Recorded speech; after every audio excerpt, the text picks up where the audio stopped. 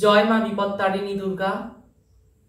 আষাঢ় মাসের শুক্লা তৃতীয়া থেকে নবমী তিথির মধ্যে যে কোনো শনি বা মঙ্গলবারে এই ব্রত করতে হয়। এই ব্রতের নিয়ম, ব্রতের আগের দিন হবিষ্য বা নিরামিষ আহার করতে হয়, সংযম পালন করতে হয়। ব্রতের দিন পূজা শেষে ব্রত কথা শুনে সেই আসনে বসেই ফল মূল ও মিষ্টান্ন কিংবা লুচি পুরি খেয়ে উপবাস ভঙ্গ করতে হয়।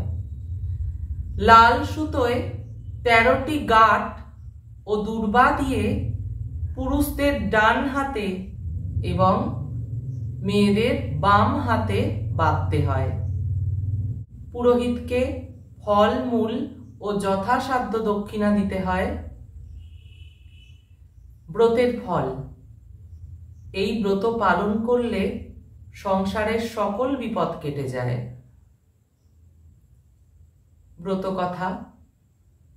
বিদর্ভ দেশে এক রাজা ছিলেন। তার রানী খুব ভক্তিমতী ও স্বামী ভক্তি পরায়ণা।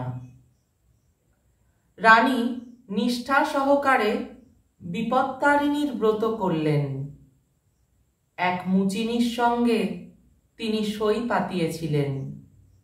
মুচিনিকে তিনি প্রায়ই নানা রকম ফল ও খাদ্যদ্রব্য উপহার দিতেন। মুচিনি খুব গরিব, তবু তার খুব ইচ্ছা রানীকে কিছু দেয়।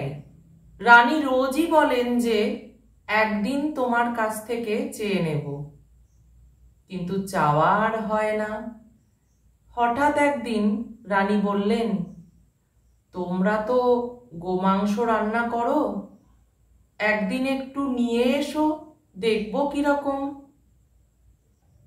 মুচিনি রানীর কথা শুনে খুব খুশি। খুব যত্ন করে সে গোমাংস রাঁধল।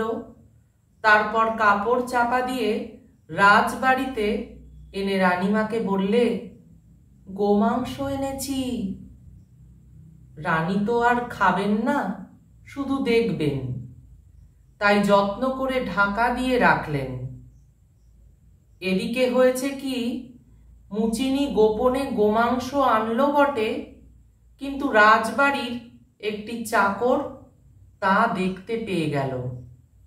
সে রাজাকে এসে সব কথা বলতেই রাজা এসে রানীকে বললেন, মুচিনি তোমাকে কি দিয়ে গেছে? যদি আপত্তিকর কিছু সে রেখে গিয়ে থাকে, তাহলে আমি তোমার শিরচ্ছেদ করব। রানী বিপদে পড়ে ভয়ে কাঁদতে কাঁদতে এক মনে মা বিপত্তারিণী দুর্গাকে ডাকতে লাগলেন।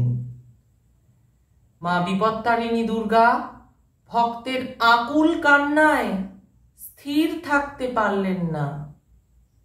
রানীর কানে কানে বললেন, দেখগে, সব ফুল হয়ে গেছে। রানী তখন রাজাকে সেই ফুল এনে দেখালেন।